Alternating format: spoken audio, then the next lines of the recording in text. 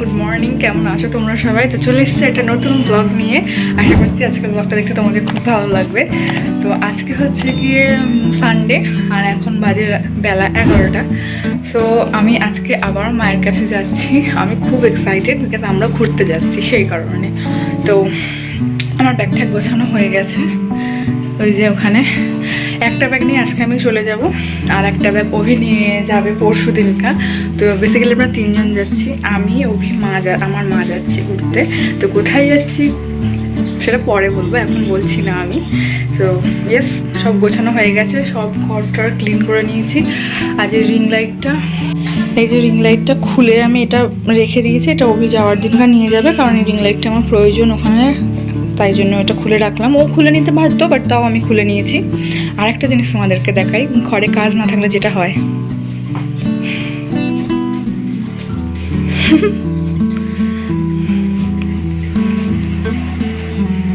এপাশেও করেছি, দেখো। এটার জন্য বোঝা যাচ্ছে না। ওপরে এই যে ওপরে এইটা, আর এই সাইডে এইটা ওপরে করতে গিয়ে আমি কি করেছি জানো, লাল যে চেয়ার থেকে, যে চেয়ারের উপরে আমার এই টেবিলটা রেখে তার উপরে দাঁড়িয়ে আমি এইটা করেছি। মানে একটু 19-20 নড়লে একদম উপর থেকে নিচে, মানে হাত পা কিছু একটা ভাঙতো, এরকম একটা ব্যাপার। তো এই যে আমার ইচ্ছা আছে যে রুমটা ডেকোরেশন করার, কিছু ভেবে রেখেছি। জানি না, যদি যাই হোক দেখতেই পাবে, যদি কখনো করি তাহলে ডেফিনেটলি করবো, দেখাবো তোমাদেরকে। তো এটাই। তো সকাল থেকে উঠে হচ্ছে ব্যাগ ট্যাগ গোছানো হচ্ছিল। যেহেতু বুধবার দিন বেরোনো হবে, সেই জন্য আমি যেহেতু আজকে চলে যাচ্ছি, ওবি কি নেবে না নেবে সেটা বুঝবে না, সেজন্য সকাল থেকে উঠে ব্যাগ ট্যাগ গোছানো হচ্ছিল। আমার টম অ্যান্ড জেরি, যাই হোক, গোছানো হচ্ছিলো। সেই জন্য এখন অবধি স্নান টান কিছু হয়নি। তো এখন হচ্ছে কি স্নান করবো, ঘর মুছবো, তারপর স্নান করবো, তারপর অভি আসলে বেলাবেলি বেরোবো। আর আমি দুদিন আগে যাওয়ার কারণ, আমি একটুখানি পার্লারে যাবো, আর কিছু টুকটাক কেনাকাটি আছে, যেটা নেসেসারি জিনিস যেগুলো দরকার হয় সেগুলো একটু কেনাকাটি আছে, সেই জন্য আমি আগে চলে যাচ্ছি। অভি 2 দিন পর যাবে। সো তো এখন কাজগুলো সেরে নিই।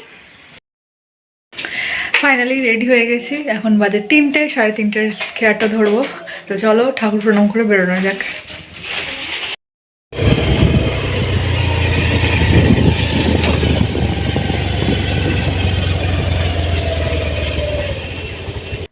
তো চলে এসেছি, এবারে নৌকায় উঠে পড়বো।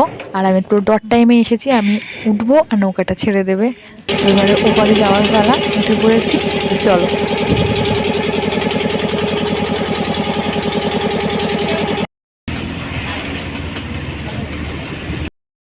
এই জাস্ট ঘরে ঢুকলাম, নেমে হচ্ছে কি ঠাকুরের জন্য, গোপালের জন্য মিষ্টি কিনে এলাম, আর ভালো একটু সিঙ্গারা খাবো, সিঙ্গারা নিয়ে এলাম। আর ভেবেছিলাম ওখান থেকেই চলে যাব পার্লারে, কিন্তু দেখলাম এখন অনেক টাইম আছে, আর পার্লার এখানে ওপেন হতে হতে 7টা। তো এখন বাজে, এখনও 6টাও বাজেনি। তাই জন্য ঘরে এলাম, একটু ফ্রেশ হই, রেস্ট নিই, কিছুক্ষণ পর যাবো পার্লারে। মা করেছিল দুধ পুলি, যেটা শুকিয়ে গিয়ে এই অবস্থা। তো খুব খিদে পাচ্ছে, এটা একটু খেয়ে নিই। এনি টাইম কীর্তন চলে আমাদের বাড়িতে, এনি টাইম কীর্তন চলে, যখনই আসবে কীর্তন শুনতে পারবে। যাই হোক, আমরা রেডি হয়ে গেছি, এখন 6:45 বাজে। চলো বেরোই। এখানে কিছু একটা হয়েছে মনে হয়, ঝামেলা। যাই হোক, আমি চলে এসেছি পার্লারে। তো এখন বাজে 7টা, আমি পার্লারে জাস্ট ঢুকলাম। তো একজনের অলরেডি ফেসিয়াল চলছিল, আর আমি আইব্রো, হেয়ার কাট আর ফেসিয়াল 3টে করবো বলেই এসেছি। তো কখন বেরোবো জানি না। আমার ফেসিয়ালটা ডান, এবার হেয়ার কাটটা হলে হয়ে যাবে। চুলগুলো দেখো, আমার খুবই পাতলা চুল, অনেকটা লম্বা ছিল, সেটা কাটার পরও ওই কটা পড়ে রয়েছে। তার মানে বুঝতে পারছো আমার মাথার চুলটা কতটা পাতলা। তো এটাই, একটু লম্বা ছিল, সেটা কেটে ফেলার পর একটু মনটা খারাপ খারাপ লাগছে। তা ঠিক আছে, একটু নিজের লুকসটাও চেঞ্জ করা দরকার মাঝের মধ্যে। হেই, গুড মর্নিং।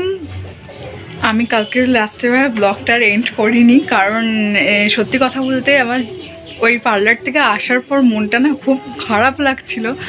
আর সত্যি যদি তোমরা বলো যে কেন আমি চুলটা এতটা কেটে ফেললাম, আমার না চুল উঠে যাওয়ার প্রচণ্ড সমস্যা শুরু হয়েছে। মানে গোছা গোছা চুল উঠে যাচ্ছে, আমার পুরো স্ক্যাল্প ফাঁকা হয়ে যাচ্ছে।